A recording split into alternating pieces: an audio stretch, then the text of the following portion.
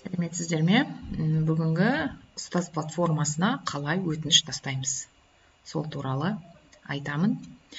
Өздеріңіздің ECH арқылы кіресіздер, таңдайсыздар, қай жерде жатыр ECH, местохранениені бірінші тауып аласыздар, содан соң парольдарыңызды теріп кіресіздер. Міне, менің ұстаз платформасындағы бетім ашылды. Осы басты бетте аттестаттауға өтініш деген бетінде тұр. Сол үстінен бір рет бассаңыздар, сіздердің бүкіл даныларыңыз шығады. Жұмыс орныңыз, лауазымыңыз, еңбек өтілімі және қандай мамандығыңыз. Осы туралы мәлімет расталған болса, рас болса, және мәліметтерді растауды басасыздар. Растауды басқаннан соң сіздерге екінші санаты туралы мәлімет шығады.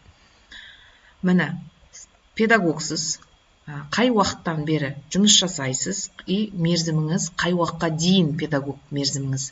Одан соң, осыдан мәліметтелген санат педагогтан, яғни модераторға кетіп жатырсыз.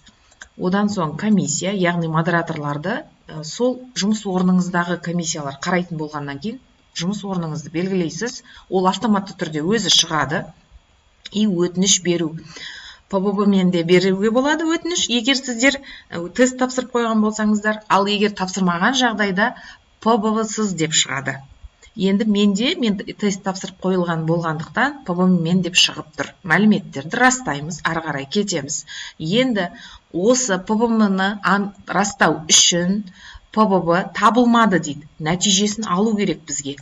Нәтижені алу үшін бізге ТЖК, яғни номері, ТЖК-ның номерін енгізесіздер, қай жылы бардыңыздар, 2025-те болса, 25 ТЖК-ның нөмірін тересіздер осы жерде. Осы жерден іздеуді бассаңыздар, сіздерге автоматты түрде қанша балл жинағандарыңыз енгізіледі. Енгізіліп болғаннан соң, эссені міндетті түрде жүктейсіздер. Эссе міне сәтті жүктелді, біліктілік санатын беру тәртібімен таныстым дейсіздер де қол қоюға жібересіздер.